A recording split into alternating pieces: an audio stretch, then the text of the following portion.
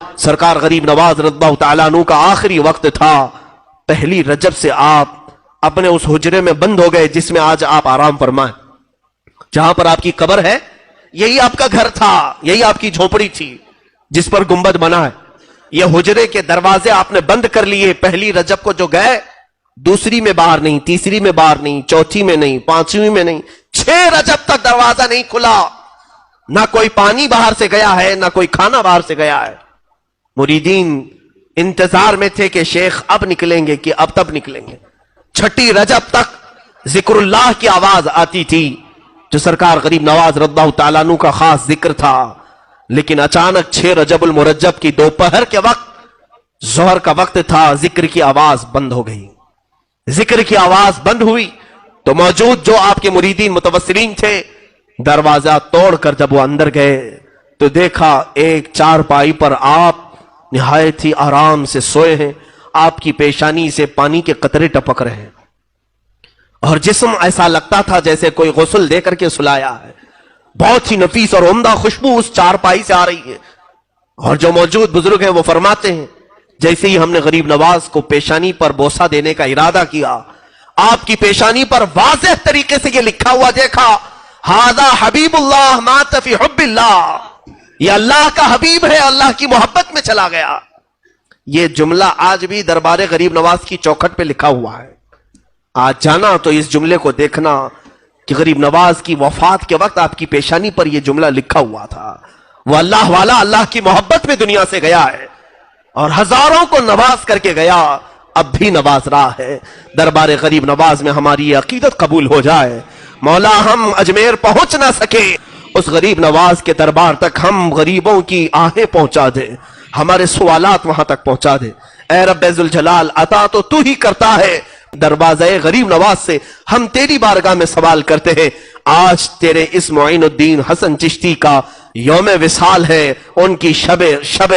ششم ہے، مولا اس شب کی برکت سے ہم سب کے دلوں کی اندھیریوں کو دور فرما دے۔ اس شہنشاہ ہند کے دربار میں حاضر ہیں سنجر کا وہ علاقہ، غریب نواز کے والد گرامی سید غیاث الدین رضی اللہ تعالیٰ عنہ اور ان کی والدہ بی بی ام الورا، دونوں حافظ قرآن تھے، دونوں عالم تھے، اور یہ تقریباً 537 ہجری کے قریب کا کچھ واقعہ ہے۔ سنجر کا علاقہ مشہور تھا،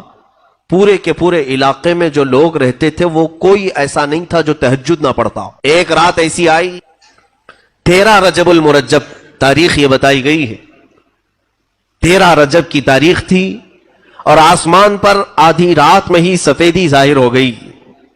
اور اتنی سفیدی سی آئی کہ لوگوں کو گمان ہونے لگا کہ صبح صادق ہو چکی۔ صبح کی سفیدی جیسے نمودار ہوتی ہے، آدھی رات میں ہی سفیدی ظاہر ہوئی تو جس کی آنکھ کھلی وہ بے ساختہ دوڑتا ہوا باہر آیا کہ ہائے میری تہجد قضا ہو گئی۔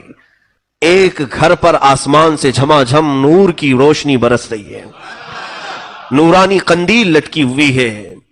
اور وہ گھر پتہ کرنے پر معلوم ہوا کہ حضرت غیاث الدین رضی اللہ تعالیٰ عنہ کا گھر ہے، بی بی ام الورا کا گھر ہے۔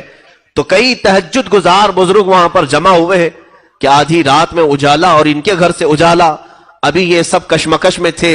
کہ غیاث الدین کا دروازہ کھلا، ایک دایا باہر آئی اور معین الدین کی ولادت کی خوشخبری سنائے۔ حسن چشتی رضی اللہ تعالیٰ عنہ غریب نواز کی ولادت کی تاریخ میں لکھا گیا ہے آدھی رات میں پورا سنجر روشن تھا، لیکن پتہ کرنے پر، جانکاری حاصل کرنے پر یہ معلوم ہوا کہ یہ نہ صبح ہوئی ہے نہ سفیدی ہوئی ہے، بلکہ یہ کوئی اور صبح معین الدین لے کر کے آیا ہے۔